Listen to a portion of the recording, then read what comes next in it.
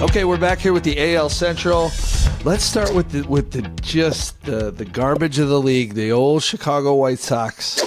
51.5, 61.5 last year, and it did not hit.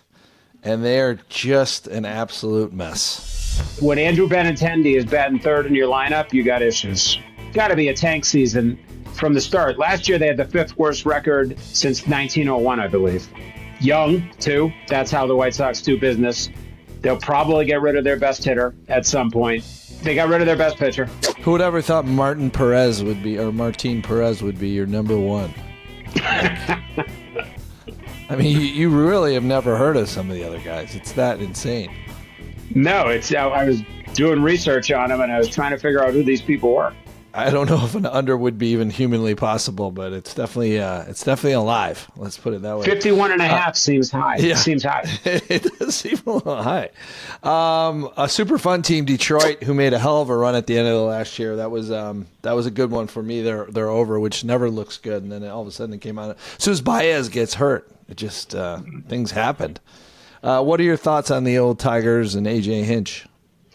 Well, he's ranked as their number one shortstop right now. I find that really hard to believe. I mean, they still got to pay him. Yeah. Clear as day, the minute they benched him, they started winning. I love Detroit. I love their manager. This is the new Tampa Bay. The way they do things. Yeah. I mean, Green's pretty good. Verling's pretty good. Meadows is pretty good. They all play defense. Carpenter, once he starts learning how to hit lefties, yeah. He hit the biggest home run in Detroit in the last 10 years with that home run off Clase in the ninth inning or whatnot. What are your thoughts on Gleyber Torres? I hope and think that he'll buy into everything. I would hope he would look at this like fresh start, and somehow he's the old man in the dugout, True. He is. And he did well for the Yankees last year. He did. I like it. I don't love it by any means. We were actually, the hobby bias thing. It's funny, on some websites they don't have him in the lineup. Like on Roto Champs, they have Trey Sweeney playing shortstop. And he will. I eventually think that they will drop Baez. Unless maybe everybody loves him there and he's good for I don't know. Is he a good clubhouse guy? You followed him when he was with the Cubs. He seems like he is, but there's definitely got to be some pride in there too. Or who knows, maybe the money's enough. I don't know. Well, he's Puerto Rican, and us Puerto Ricans have a lot of pride. They only had one starter, 1.5, because Reese Olson's pretty good, but they have basically 1.5 starters. They have a terrific bullpen. Holton is great out of there. You got a lot of young talent, and they're fun, and they find a way to win. And I think that continues. I think a lot of it went back to when I was watching the Little League Classic. Remember they came back on the Yankees in that game, and they went on a nice little run after that. That was when I started counting the numbers. I was like, wait a second, we got a chance at this thing. How about the Kansas City Royals, another exciting team last year? They were they're 83.5, 74.5 last year, and obviously they took care of business. Bringing in Jonathan India, nice. So what do you think about the Royals? I love the Royals. I think anytime you have Cole Reagans anchoring the starting rotation and Bobby Witt Jr. As the best player in baseball, in my opinion, all around, you got a shot. And I feel like that team knows how to win. They got a lot of good bats that you've never heard of. Vinny Paz and, everybody knows Sal. How good has Perez been the last 3 years? Man. He's been awesome. I mean, he's gotten better the older he's gotten. Yeah, and bigger. But they have that Lucas E. Craig, I believe his name is. He's become he could be a really good. Yeah, he could be a really good closer. Lugo and Waka is the number 2 and number 3 are good. I think Detroit and Kansas City have turned a corner, and they have a lot of young talent. They have some talent in the minor leagues. They have aces that are legit Cy Young contenders. And with Bobby Witt Jr., you have a chance. And it seems crazy to say that with baseball. Like, one person makes a big difference in basketball. In baseball, you need more than one person, I feel like. But that guy is a monster at 23 years old. Yeah, he's as close to carrying a team by himself, sort of, as we got, I think. I mean, who else had to do that last year? I'm blanking out. But, who else was just the only – when you looked at the lineup, you're like, oh, there's the superstar. Because with the Yankees, they had Judge and Soto. Yeah. Right. I mean, I'd compare him a little bit to Skubal if we were talking like Skubal carried the Detroit Tigers from the mound in a way. I mean, he's the only person anyone can name from that team.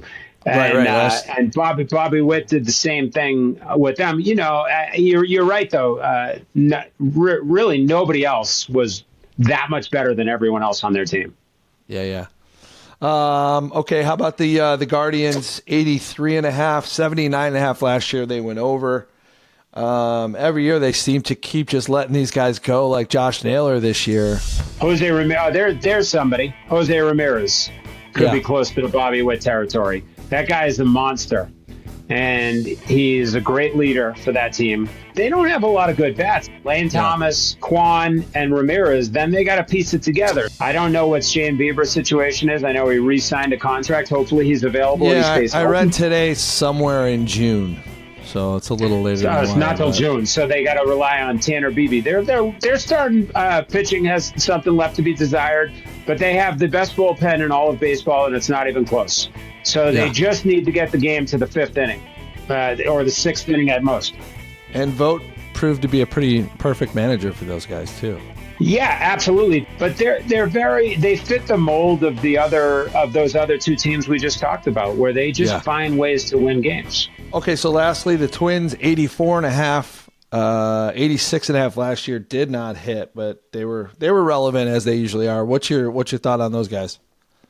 Well, they collapsed. They should have hit. They should have won the division. They were rolling. I don't like this team. They have some holes, though. I mean, they rely on these guys. It's one of those teams where it's like, oh, yeah, Buxton. Just need Buxton to stay healthy. Or Correa's your leader. I don't love Correa as a leader. No, I don't think anyone does. And Royce Lewis can't stay on the field either. Royce Lewis can't stay on the field. I think that their top three arms are good, and they have a great closer. So Ober, Lopez, and Ryan are all solid. Okay. Duran is an excellent closer. Yeah, I'm not a big fan of the team, though, and especially playing in a tough division now, like Kansas City, Detroit, and those aren't Detroit and Kansas City aren't walkovers for them anymore. Yeah, I think if you believe, like we both do, get KC and Detroit are 100% on the way up, and Cleveland's always going to be Cleveland. They're going to be feisty as hell. That seems, I don't know, that seems like an under. Seems like they're a 500 team at best. I'm actually going to take their under as one of my locks, and then I think I'm going to go KC over. And my wild card would probably be Detroit over. Who are you looking at? Same three teams, same three picks. My locks would be Detroit and Kansas City overs. Okay. And then my wild KC card the best. I really like that KC one. Yeah, it's tough it's tough to go against the best player in the game. I mean, it's crazy to say that he's only 24, but my wild card would be the under for Minnesota. 383.5 and an 84.5 in a division, which is it's going to be a dogfight.